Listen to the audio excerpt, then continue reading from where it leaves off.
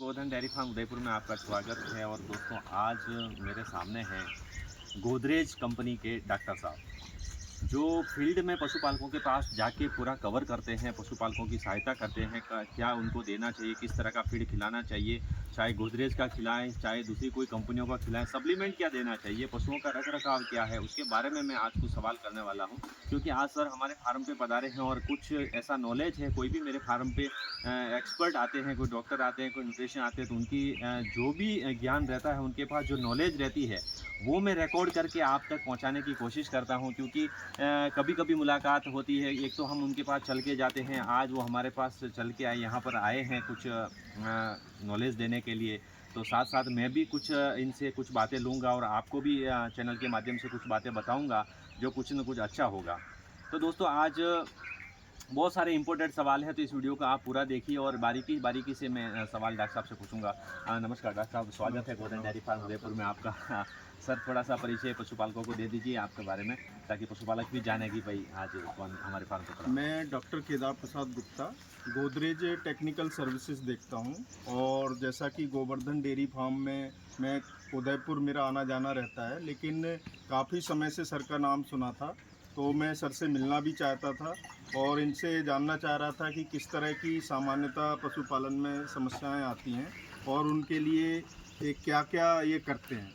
तो प्लीज़ बताएँ sir. Doctor साहब, मैंने सुना है कि आपके गोदरेज भी बहुत बड़ा एक फार्म मैनेज कर रहा है। हुँ, हुँ। बहुत पॉपुलर फार्म है, मैंने भी सुना है और मैं भी सोच रहा था कि इस फार्म पे ज़रूर मैं विज़िट करूँगा। हुँ, वहाँ हुँ। पर कुछ एम्ब्रियो ट्रांसफ़र जैसे बहुत सारी चीज़ें हो रही हैं। हुँ, हुँ। वो बहुत सारी एडवांस है, मैं जाऊँगा वहाँ पर कवर करूँगा। जी। लेकिन बेसिकली मैं ये जानता हूँ, जैसे पशुपालक हमारे यहाँ पर हम भी जैसे कोई काफ तैयार कर रहे हैं, जैसे कोई पशु की एआई करवाते हैं, पशु व्यापन होता है, उसके बाद में जो काफ आता है हुँ, छोटा, हुँ।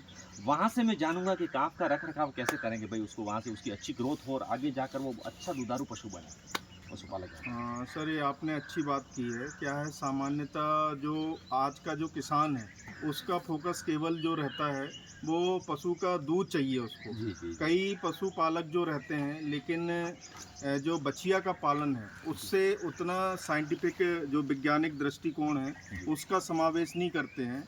क्योंकि जो छोटा बच्चा रहता है, उसकी जो आहार की मतलब प्रोटीन, ऊर्जा की जो ज़रूरतें हैं, जी, वो बड़े पशु से थोड़ा अलग रहती है। जी। शुरुआत में जो बच्चा होता है, तो जैसे आप जानते हैं सर कि अगर कोई फीमेल काफ जी, जिसका वज़न 25 किलोग्राम है जी, और जिसका वज़न 30 किलोग्राम है, जी, तो 30 किलोग्राम वज़न की जो बछिया रहेगी, उसका जो आगे विकास होगा, जी, मतलब उसकी जो रोग प्रतिरोधक क्षमता रहेगी, उसका स आगे चल के जो वज़न बढ़ने का जो क्रम रहेगा, जी, वो जो ज़्यादा वज़न लेके आएगी, जी। वो ज़्यादा रहेगा। और जो छोटा बच्चा रहता है, उसका जो रूमेन का डेवलपमेंट होता है, क्या है कि जो गाय है, भैंस है, भेड़ है, बकरी है, इनके जो बच्चे रहते हैं, जब छोटे रहते हैं, 3 महीने तक का समय सामान्यतः इसके रूमेन के डेवलपमेंट में लगता है, जी, जो इनका मुख्य पेट होता जो है। पेट का हाँ, जो रोटक है बिल्कुल। वो। जी।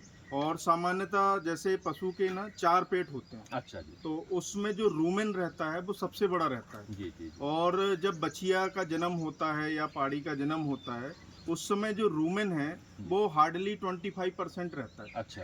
और जो ट्रू स्टमक कहलाता है, जी। एबोमेसम, वो हिस्सा आप मान के चलें 70% होता अच्छा, है। अच्छा। और जब पशु 3 महीने के ऊपर हो जाता है, तो जो रूमेन है, वो आप ये मान के चलें कम से कम 70% हो जाता है। जी। जन्म के समय वो है 15-20%। जी, जी, लेकिन जैसे-जैसे वो ग्रो होता है, जी। तो शुरुआत में हमारा हमेशा प्रयास होना चाहिए। कुछ कंपनियाँ जो काफ स्टार्टर निकालती हैं, अच्छा जी। तो उसमें रोग प्रतिरोधक क्षमता अच्छी रहती है। अच्छा। उसको जो डायरिया है, निमोनिया है, जो कॉमन आप भी जानते हैं हाँ, कि छोटी-छोटी तकलीफ़ें जो होती हाँ, हैं इसकी शुरुआती में, वजह से जो बछिया है मरती है। मर जाती है। निमोनिया है, डायरिया है। जी, जी। और इसके अलावा जो वज़न है, जी। मैं देखता हूँ सामान्यतः अभी अगर मैं किसी से बात करता हूँ जो एचएफ क्रॉस की है, हुँ। आप भी जानते हैं आपके फार्म में जो है सामान्यतः 15 महीने में सीमेन लग जाता है। जी, जी, बिल्कुल लग जाता है, बिल्कुल लग और जाता है। कई बार मैं घूमता हूँ, देखता हूँ किसान कहता है कि ये तो 2 साल की हो गई है और हीट अभी नहीं आ तक रही, हीट पे हीट नहीं आ नहीं आ रही रही। है। बहुत सारे पशुपालक फ़ोन आते हैं मेरे पास। जी, जी। तो उसमें अगर अच्छी कंपनी का हम स्टार्टर उपयोग करते हैं, जी, तो उसमें जो ऊर्जा, प्रोटीन, मिनरल, विटामिन ऐसे सभी तत्वों का समावेश अच्छा रहता है। जी, जी। तो इसीलिए अर्ली स्टेज में मैं निवेदन करूंगा कि काफ स्टार्टर का उपयोग हमको जरूर करना जरूर चाहिए। करना। तो डॉक्टर साहब मैं बताता हूँ कि आपको जैसे बच्चा आज पैदा हुआ है, आज जन्म दिया है, हम्म। कोई बच्चियाँ पैदा हुई है, उसको कितने दिन के बाद में काफ स्टार्टर शुरू करना चाहिए?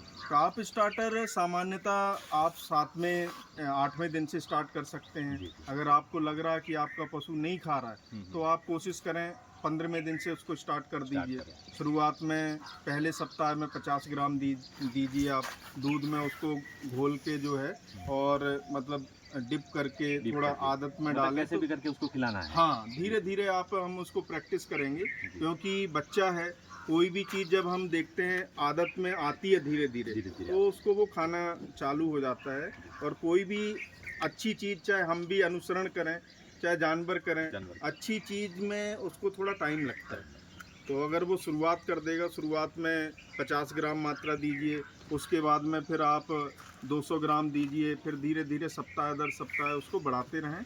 और कम से कम 6 माह तक आप अगर काप स्टार्टर देते जी। हैं तो 700 ग्राम से लेके 1 किलोग्राम तक की ग्रोथ जो है आती है। पर डे के हिसाब हाँ। से। पर डे मतलब 700 ग्राम से 1 किलो तक का वजन बच्चे का बढ़ जाता है। बिल्कुल बिल्कुल। यहाँ पर डॉक्टर साहब पशुपालकों के बहुत फ़ोन आते हैं मेरे पास, बहुत सारी समस्याएं हैं, बहुत बड़ी समस्या है काफ में छोटे बच्चों में। हम्म जैसे बच्चा पैदा होता है 4 से 5 दिन बाद में उसको बार बार डायरिया होता है, हम्म बहुत डायरिया होता है, उसको हम्म, कंट्रोल नहीं कर पाते। हम्म, पशुपालक जब बहुत उसको दस्त लग रही है, उसकी वजह से कई काफ मर भी जाते हैं। तो दस्त लगने का सबसे बड़ा कारण और उसका क्या उपाय क्या है? देखें, सामान्यतः मैं हमेशा बोलता हूँ पशुपालकों से कि हर 3-4 महीने में पशु को पेट के कीड़े की दवा दी जानी चाहिए। जी जी। अगर कई पशुपालकों का ये रहता है कि गाभिन पशु है तो पेट के कीड़े की दवा नहीं देनी है। जी जी। अगर जो गाभिन पशु है हाँ जी। तो उसके लिए फेवेंडाजोल नाम की जी, दवा जी, है। जी, जी, बहुत वो सारी। अगर हम लास्ट ट्राइमेस्टर में पशु की डिवर्मिंग कर दें हाँ। तो कुछ रेसिडुअल इफेक्ट, अच्छा। जो परजीवी वाली दवा हमने पशु को दी है, हाँ। तो उसका रेसिडुअल इफेक्ट काफ में भी आएगा। अच्छा। और अगर काफ में हमको लग रहा है तो आप पहली डिवर्मिंग 7 दिन में कर सकते हैं। अच्छा, काफ की। हाँ, काफ की डिवर्मिंग पेट के कीड़े की दवा पिलाने की आती है, जैसे हाँ एल्बोमार हाँ जी, नाम हाँ की जी, दवा बिल्कुल आती है। बिल्कुल बिल्कुल। तो वो दवा आप देंगे तो ये दस्त की समस्या, और दूध खासकर जो है वजन का 10% देना है। अच्छा अच्छा। अगर आप ज़्यादा दूध भी पिलाएंगे तो भी होगा। हाँ, तो भी डायरिया होगा। कई लोग क्या करते हैं, या तो दूध पिलाते नहीं है या पिलाएंगे तो बहुत ज़्यादा पिला देते हैं। यहाँ पर जब आप बता रहे थे पशुपालकों को बता दूं कि पशुपालक मित्रों, जब गाय अपनी प्रेग्नेंट होती है, डॉक्टर साहब ने बताया कि लास्ट का जो उसका 9वां महीना है, जब आप गाय को ड्राई कर देते हैं, लास्ट का महीना लगा, तो उसमें आप डीवर्मिंग जरूर करें, क्योंकि जो गाय के पेट के जो वर्म्स हैं वो कहीं न कहीं उसके बच्चे को भी इफेक्ट कर रहे हैं और बच्चों को दस्त लगती है, वैसी बहुत सारे सिम्टम्स होते हैं। तो आपको मतलब 7 दिन में उसकी डीवर्मिंग हम कर सकते हैं। हाँ। और जैसे हमारा जो बच्चा पैदा होता है वो 30 से 35 किलो का एवरेज हमारे फार्म पे भी हो रहा है, बहुत सारे फार्म पे अच्छा भी नहीं रखा, तो 30 किलो तो कम से कम होता है, 25 से 30 किलो का। बिल्कुल तो सर। उसका 10% अपने को दूध पिलाना है। बिल्कुल। उसका 10% दूध ही उसको पूरे दिन का पिलाना है। जी जी। और 7 दिन से 15 दिन तक हम उसका काफ स्टार्टर कर सकते हैं। तो काफ स्टार्टर सर कितने दिन तक देना होता है? जैसे आपने बताया 4 महीने के आसपास, 4 महीने तक उसको काफ स्टार्टर पे चलाना है। आप 4 मंथ दे सकते हैं, 6 मंथ तक हम लोग जो है 6 मंथ तक रिकमेंड करते हैं, जी क्योंकि 3 महीने तो रूमेन डेवलपमेंट में लगता है। जी जी जी। और फिर कोई चीज़ जो विकसित हुई है वो जी। अचानक उसी अवस्था में काम नहीं कर सकती जो एक एडल्ट एनिमल का रूमेन काम करता है। जी जी तो हम लोग अगले 3 महीने के लिए भी रिकमेंड करते हैं। जी। और अगर आपको लगता है 4 महीने तक ही देना है हाँ जी, हाँ जी। तो आप 4 महीने तक भी दे सकते हैं, लेकिन काफ स्टार्टर ज़रूर दें। और सर, आप जैसे जानते हैं कि कोई काफ है जिसका वजन 30 किलोग्राम है जी जी और एक काफ जिसका वजन 25 किलोग्राम है। जी तो आपने देखा होगा जो बछिया ज़्यादा वजन लेके आती है जी उसका जो विकास है, जी। उसका बीमारियों से लड़ने की क्षमता है, जी। वो बहुत अच्छी रहती अच्छा है। अच्छा। तो काफ का वजन मतलब 30 किलो के ऊपर होना चाहिए। हाँ, एक आइडियल सर मैं बता रहा हूँ आपको, अगर मान के चलें माँ का वजन 400 किलोग्राम है, अच्छा। गाय भैंस का वजन जी। मान लीजिए 400 किलोग्राम है, जी। अगर उसका 7% वजन आता है हाँ। तो वो आइडियल है। अच्छा। मान लीजिए 400 किलोग्राम का 28 किलोग्राम जो वजन आ रहा है तो वो अच्छा है। वो अच्छा है। अच्छा, मतलब इससे अगर जहाँ पे 6 कुंटल की गाय है, 6-7 हाँ, कुंटल हाँ। की, तो वो 35 किलो के आसपास होना चाहिए। बिल्कुल। बिल्कुल, जैसे कि आप देख पा रहे हैं, मैं वीडियो में, क्लिप में, फोटो में आपको ज़रूर दिखा रहा हूँ, जो देख रहे हैं आप, उसमें एक काफ है, वो करीबन हमारी गाय 6 कुंटल की है, और उसमें जो काफ है वो डॉक्टर साहब आपने भी देखा है, जैसे वो आज 35 किलो का आप वज़न करेंगे तो आराम से होगा। बहुत अच्छा है, बिल्कुल। सीमन की बछड़ी है, जैसे एबीएस का हमने सीमन लगाया था, उसके हैमर की बच्ची हमारे पास आई है। तो हम यहाँ पर इसको क्या है, पूरे प्रोटोकॉल से इसको बढ़िया करना चाहते हैं, क्योंकि सेक्स सीमन लगा के अच्छी ब्रीड तो डॉक्टर साहब हमने ले ली है। जी, जी, जी। क्योंकि बहुत सारे डॉक्टर साहब से सलाह हुई थी, बहुत सारे पशुपालकों से सलाह हुई, सलाह के हिसाब से हमने अच्छी ब्रीड हमारे पास आ चुकी है। जी, लेकिन जी। अभी उसको ग्रोथ करने के लिए हमारे को सलाह की बहुत ज़रूरत है। तो हम यहाँ पर पूरे प्रोटोकॉल से उसको आगे ले जाना चाहते हैं। तो डॉक्टर साहब, यहाँ पर पशुपालक बहुत सारे हमारे को फ़ोन करते हैं कि हमारे बच्चे को दूध कितने समय तक पिलाना चाहिए, बच्चे को दूध कितने समय तक पिलाना चाहिए? देखें सर, दूध जो है मैक्सिमम आप 2 महीने तक पिलाएं। जी, पहला मंथ जो है वजन के अनुसार दूध बढ़ता जाएगा। जी। और जैसे सर मैंने बताया, वजन का 10% 10%। दूध देना है। जैसे जैसे वजन बढ़ रहा है, दूध अपने को बढ़ाना है। बिल्कुल जी, बढ़ाना है। जी। और 1 महीने बाद जो है दूध धीरे धीरे हमको कम करना है। और और 2 मंथ के बाद हमको दूध बिल्कुल नहीं बंद देना करना है। है, और कार्ब स्टार्टर जो दे रहे हैं उसको बढ़ाना है। हाँ, फीड पे उसको। उसको लेके जाना है कुछ हाँ। भी। अच्छा, हरा चारा, सूखा चारा, ये आपको कितने दिन में देना चाहिए? ये सामान्यतः क्या है, जैसे मैंने बताया कि जो बछिया है, जी, जन्म लिया, उसने जो रूमेन है उसका अभी विकसित नहीं है, जी, लेकिन उसको थोड़ा इरिटेशन भी चाहिए। जी, जी, जैसे रूमेन जो रहता है, उसमें मसल्स भी ग्रोथ होती है, और जो रूमेन पेपिलाई होती है। जी, तो एक पेन स्टेट यूनिवर्सिटी की जी, एक पीएम करके पिक्चर है, जी, उन्होंने पोस्टमार्टम किया काफ का, जी। देखा कि जिस बछिया को जी। हमने दूध दिया, हाँ, जिस बछिया को हमने काफ स्टार्टर और दूध दिया, और जिसको काफ स्टार्टर और दूध और साथ में कुछ हमने जो है हरा दिया, अच्छा, थोड़ा बहुत, अच्छा, तो उस कंडीशन में जो ग्रोथ होती हाँ है जी। वो बहुत अच्छी ग्रोथ होती है। अच्छा, अच्छा, तो उसको जो है 7वें 8वें दिन से थोड़ा बहुत, थोड़ा बहुत उसको, हाँ, मतलब चारा, हाँ, 1-2 हरा मुट्ठी, चारा, मतलब सूखा सूखा चारा, सूखा। सूखे सूखे हाँ, चारे पे उसको धीरे धीरे धीरे धीरे लाना है। हाँ, बहुत ज़्यादा नहीं देना है। आप चाहें तो 15वें दिन से ही स्टार्ट करें। अच्छा, अच्छा, शुरुआत में आप चाहें तो रुक जाएं। अच्छा, अच्छा, 15वें दिन से पहले उसको हरा चारा और सूखा चारा बिल्कुल मत दें, अच्छा, और 15वें दिन से उसको थोड़ा थोड़ा आप स्टार्ट करें। कर सकते हैं। हाँ। अच्छा, जैसे अभी काफ का जो समझ लो हीपर्स में कन्वर्ट होगा, 6 महीने, आप बोले 6 महीने हमने काफ स्टार्टर दे दिया, उसके बाद में वो हीपर्स में आई, तो हीपर्स के लिए उसका अच्छा ग्रोथ करने के लिए उसको क्या देना चाहिए? देखें सर, हमारा जो गोदरेज ग्रुप के बारे में हम थोड़ा बताना जी, चाहता हूँ। जी, ये 1897 से अपने देश में चल रहा है। जी, और गोदरेज जो ग्रुप है, नीति नियम सिद्धांत से चलने वाली कंपनी है। जी, और हम लोगों ने क्या किया है कि काप स्टार्टर से सीधे हीपर में ना शिफ्ट करके, अच्छा, हमने इसमें बीच में एक फेज रखा है ग्रोवर का। जी, अच्छा, 6 मंथ से लेके जब तक वो एआई अच्छा, अच्छा, अच्छा, नहीं लक्षण दिखाएगा, जी, गर्मी के जी, लक्षण, अच्छा, अच्छा, तब तक हम उसको ग्रोवर फीड में रखते हैं। अच्छा, और ग्रोवर के बाद में फिर हम उसको हीपर फीड, हीपर्स में हाँ, होता जब है। वो सीमेन लग जाता जी, है। जी, जी, अच्छा, जैसे ज्ञापन हो गई, हम्म। तो उसको हीपर्स का फीड शुरू कर देना बिल्कुल। है, ताकि उसका जो ग्रोथ है, बच्चे का ग्रोथ और उसका ग्रोथ दोनों का चलता रहे। बिल्कुल। जो जैसे काफ 6 महीने का हो गया, 6 हम्म। महीने के बाद में उसको हम्म। काफ ग्रोवर देना है, बिल्कुल। स्टार्टर से उसको ग्रोवर में ले जाना है, हाँ, ताकि वो एआई तक वो चलाना है, और एआई के बाद में हीपर्स का ले जाना है। बिल्कुल तो बिल्कुल। जैसे अभी समझ लो हीपर्स चल रहा है, और जैसे वो ब्याने के नजदीक आ गया, तो वहां पर उसको कुछ चेंज करना है, या फिर वो जो हीपर्स ब्याने तक, जब बच्चा देने तक वापस वही हीपर्स ग्रोवर ही चलाना है? देखें, जैसे पहला जो 6 मंथ है, जी, तो हमने काप स्टार्टर बोला। जी, 6 मंथ के बाद जो है हम ग्रोवर बोल रहे हैं, जब तक हीट पे नहीं आया। जी, और जब पशु कंसीव हो गया है, जी, उसके बाद हमने हीपर फीड के लिए रिकमेंड जी, किया है। जी, अगर पहली बार कोई पशु जो है बच्चा दे रहा है, तो जी। उस समय अगर आपको लग रहा है तो आप हीपर पूरे टाइम तक दे सकते हैं, जब तक लास्ट उसका तक बच्चा नहीं हाँ, बाहर आ जाए। लास्ट तक काल्विंग नहीं हो जाता। हाँ। जी, और जब बच्चा, अगर वो चाहते हैं कि 2 महीने पहले से हमारा ग्रुप ने एक D60 फीड बनाया है, अच्छा, तो वो फीड आप चाहें तो दे सकते अच्छा, अच्छा, 60, हैं। हाँ, 60, बिल्कुल। अच्छा, उसको ट्रांजेक्शन फीड वगैरह ऐसा कुछ देने की जरूरत? वो ही ट्रांजिशन, अच्छा, ट्रांजेक्शन वही है उसकी। D60 या ट्रांजी फीड जो है, दोनों वही है। जी जी जी। अच्छा, अच्छा, अच्छा, यहाँ तक आपने, मतलब एक बच्चे से लेके जब वो बच्चा देती है वहाँ तक का आपने हमारे को बताया। जी जी। तो डॉक्टर साहब, एक यहाँ पर बहुत सारी, हमारे यहाँ पर भी एक भ्रांति रहती है, बहुत सारे पशुपालक ऐसा करते हैं कि जैसे हमारी गाय है, बच्चा देने के बाद में 2 महीने बाद में हीट में आती है। हम्म, तो यहाँ पर हीट मिस कर देते हैं। बताते हैं कि अगर हमने यहाँ पर इसको क्रॉस करा दी, चाहे भैंस हो चाहे गाय हो, कुछ भी, तो उसका जो दूध का जो लेवल है वो कम हो जाएगा, वो दूध कम कर देगी। इसलिए उसको कंज्यूम नहीं करा के, उसको एआई नहीं करा के, उसको लेट करते जाते हैं। इसके बारे में आपका क्या कहना है? देखिए सर, होता क्या है, कोई अगर कमज़ोर पशु है जी तो आप देखें उसका खाना पीना भी अपने आप कम हो जाता है जी। अगर हम उसको ग्रुप में खिलाते हैं। जी और सामान्यतः जैसे पशु ने बच्चा दिया जी और 3 महीने के अंदर, जी। क्योंकि होता क्या है, जैसे गाय है, हम्म, गाय के लिए 2 ब्यात का अंतर जो है जी। 12 से 13 महीने होना चाहिए, जी। और भैंस के लिए 13 से 15 महीने 15 होना महीने चाहिए। होने चाहिए। तो पहली हीट आप चाहे तो मिस कर सकते हैं, अच्छा। क्योंकि हमारे मन में अगर कुछ डाउट हाँ है, हाँ जी, हाँ जी। और अगर वो 3 महीने बाद पहली हीट है हाँ तो जी। हमको उस हीट को भी मिस नहीं करना मिस है। नहीं करना। अच्छा। अगर 2 महीने के पहले पशु हीट पे आ रहा है जी तो वो हीट आप मिस कर कर सकते हैं। अगर 2 महीने के बाद जी पशु हीट पे आ रहा है तो आप उसका सीमेन कराएं।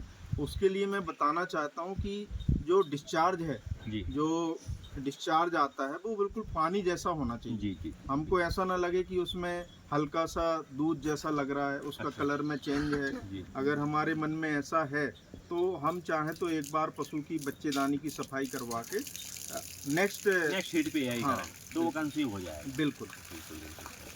तो जैसे आप अभी बता रहे हैं कि भाई ये पशु हमने कंसीव करा दिया 2 महीने में, तो उसका जो मिल्क प्रोडक्शन है वहाँ पर जो कोई अप डाउन वैसा, भाई ये हीट यही कराने के बाद में जब पशु ज्ञापन हो जाता है तो उसका मिल्क प्रोडक्शन कोई अप डाउन का होने का कोई ऐसा चांसेस? देखें सर, वो तो एक नेचुरल फिनोमिना है। हाँ जी। ये अगर पशु का जो खान पान है हाँ जी।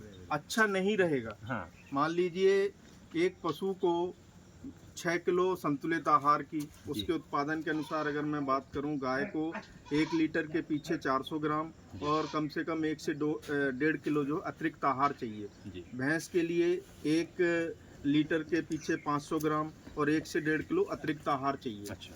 अगर हमारा पशु का जो आहार है उसके दूध उत्पादन के अनुसार है तो आप बिल्कुल मान के चलें उस पे कोई भी अंतर नहीं आता है। अच्छा हीट का जो है, अगर हम सीमेन करा दिया तो कुछ भी अंतर नहीं आता है। अच्छा। अच्छा। तो हमको खान पान पे विशेष ध्यान देने की ज़रूरत है। ये डेयरी फार्म में बहुत बड़ा चैलेंज है, हर एक फार्म में रहेगा। हमारे यहाँ पर देखने को मिलता है, पशुपालक फोन करते हैं इनफर्टिलिटी, बार बार पशु रिपीट होता है, कम से कम 10 बार भी करा लेते, 6 बार भी करा लेते। ये समस्या बहुत बड़ी हमारे पर्टिकुलर एरिया में है, और बहुत सारे फार्मर मुझे फ़ोन भी करते हैं, हमारे पास रिपीट बहुत आ रहा है, रिपीट बहुत आ रहा है। रिपीट आने का कारण क्या है कि पशु क्यों रिपीट आता है ज़्यादा? देखिए सर, रिपीट पशु का होना वो 3-4 मुख्य कारण है। अगर मैं उसको करूं, जैसे एक कारण है पशु का खान पान, हाँ जी। फिर दूसरा रहता हार्मोनल असंतुलन हो गया, जी। तीसरा होता बच्चेदानी में इन्फेक्शन, इन्फेक्शन। और जी। चौथा जो रहता है कि कोई जेनेटिक कारण तो नहीं है। अच्छा अच्छा। सर्विक्स में एबनॉर्मलिटी रहती है, जो एआई गन है आसानी से पास नहीं अच्छा, होती है, जी। ऐसी कुछ प्रॉब्लम रहती है। लेकिन सबसे मुख्य जो कारण है वो पशु का खान पान का खान है। पान पे। क्योंकि जैसे मैं बता रहा था अभी, अगर गाय के दूध की मैं बात करूं, अगर जिसका 1 लीटर दूध में और जो बसा है 4% है, अच्छा तो उसको कम से कम 96 ग्राम फ्रूट प्रोटीन चाहिए है, अच्छा और 330 ग्राम जो है टीडीएन वैल्यू चाहिए। अच्छा।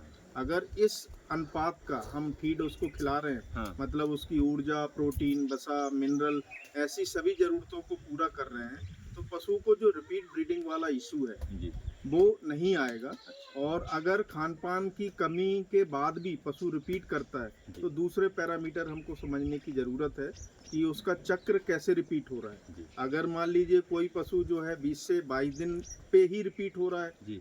तो वहाँ पर हम हार्मोन के टीके लगा सकते हैं, अच्छा। जैसे ड्यूराप्रोजेन, जी। हाइड्रोक्सी प्रोजेस्टेरॉन जी, जी, रहते हैं। जी। अगर कोई पशु 10-11 दिन में ही रिपीट हो रहा है जी। तो उस आधार पे हम पशु को लेट रिपीटर, अच्छा। मतलब जो 20-21 दिन के बाद रिपीट होगा जी। तो हम उसको बोलेंगे लेट रिपीटर, लेट रिपीटर। अच्छा। और जो 20-21 दिन से पहले रिपीट होगा जी। उसे हम बोलेंगे अर्ली अर्ली रिपीटर। रिपीटर। तो उसके अनुसार जो डॉक्टर रहते हैं वो निर्धारित करते हैं कि हम इसका क्या ट्रीटमेंट करें। अच्छा, वहाँ पर जो सिम्टम्स पहले क्या दिख रहा है उसके हिसाब से उसको ट्रीटमेंट किया बिल्कुल। जाए, तो हो जाएगी। और सबसे बड़ी बात लेकिन खान पान है। प्राइमरी ये देखा गया अपने देश में कि जो पशु बार बार रिपीट होते हैं तो वहाँ पे ऊर्जा और फास्फोरस की एक कमी बहुतायत पे देखी गई है। देखी जाएगी। एक सवाल मैं पूछूंगा यहाँ पर, हम्म। क्या हमारे बहुत सारे पशुपालक, बहुत सारे डेयरी फार्मर भी ये कर रहे हैं कि जैसे कंपनियां बना रही है फीड, हम्म, वो उसके अनुसार वो देखते हैं कि हमारे खेतों में बहुत सारा अनाज होता है, हम्म, खेतों से अनाज मार्केट से रेडी परचेस करके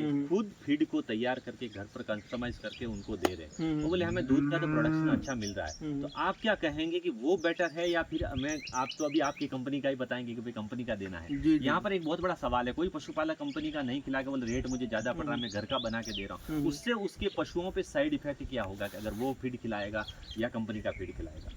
देखें सर, होता क्या है कि जो रॉ मटेरियल हमने खेत में परचेस किया, हम जी। उसको ऐसा उपयोग कर रहे हैं, तो कई बार कुछ एंटी न्यूट्रिशनल फैक्टर होते हैं अच्छा, फीड में। अच्छा, जैसे मैं बात करूं, जैसे कॉटन सीड केक है, जी, बिनोला खल या बड़े जी, में की खल है, जी, तो उसमें गॉसीपाल पाया जाता है। अच्छा, तो गॉसीपाल क्या करता, आयरन को बाइंड कर लेता है। अच्छा, और कई बार जैसे सरसों की खल है, जी, उसमें ट्रिप्सिन इनहिबिटर पाया जाता है, अच्छा, तो वो जो प्रोटीन फार्मेशन है हाँ, हाँ, उसमें थोड़ा अवरोध करता है। अच्छा, तो कई बार क्या रहता है कि सबसे बड़ी बात यह है कि जो अच्छा फार्मर है, जो जानता है, जी, कोई पशु आहार बनता है, अगर वो 4 किलो फीड खिला रहा है, जी, अगर वो 4 किलो में 1 किलो मान लीजिए दलिया दे रहा है अनाज का, जी, 1 किलो खली दे रहा है कोई, 1 किलो चना चूरी या कोई चूरी वगैरह दे रहा है, जी, तो वो एक तरह से संतुलित है। जी, जी, लेकिन कई बार किसान क्या करता है, जो चीज़ सस्ती है अच्छा, वो खिला देता है, वो ज़्यादा खिला देता अच्छा, है। अच्छा, वहाँ पर मिस्टेक हो जाती जी,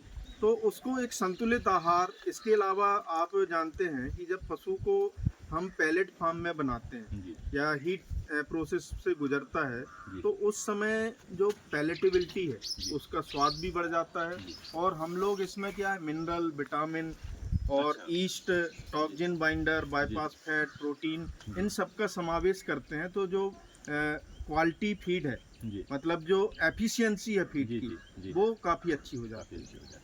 इसमें क्या-क्या चैलेंजेस पशुपालक को नहीं आएँगे? अगर कंपनी की पैलेट्स वाली बैलेंस फीड खिलाएगा है। तो जो क्या-क्या, जैसे मैं कह रहा हूँ कि आपको इनफर्टिलिटी, हम्म। यहाँ पर अगर बैलेंस फीड खिलाएगा तो यहाँ पे इनफर्टिलिटी में कोई फ़र्क पड़ेगा?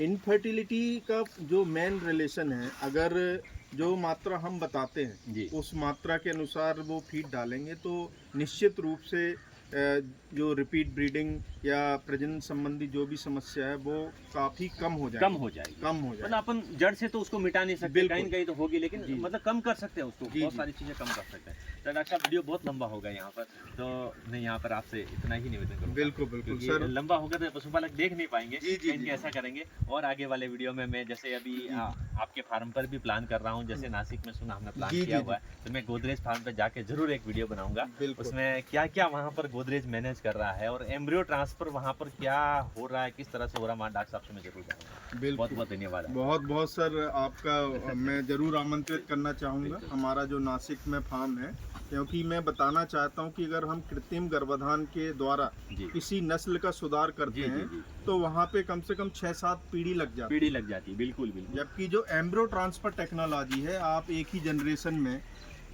बहुत सारी हाँ, मतलब ले- जेनेटिक इम्प्रूव जो है, इम्प्रूव फास्ट कर सकते हैं। हाँ, पास कर सकते हैं। मतलब एक ही जनरेशन में आपको अच्छा क्षमता का दूध देने वाली गाय जो है आपको मिल सकती है। तो बहुत जो है आपके साथ बिल्कुल, उस अच्छा लगा। जानकारी के लिए मैं भी बहुत उत्सुक हूँ और पशुपालकों को मिले और हमारे संभाग में भी कोई प्रयास कर रहे हैं और आगे जाके ये चीज़ें यहाँ तक ले आएँ और पशुपालकों को आगे बढ़ाएँ। जी, जी। बहुत-बहुत धन्यवाद। बहुत बहुत थैंक यू।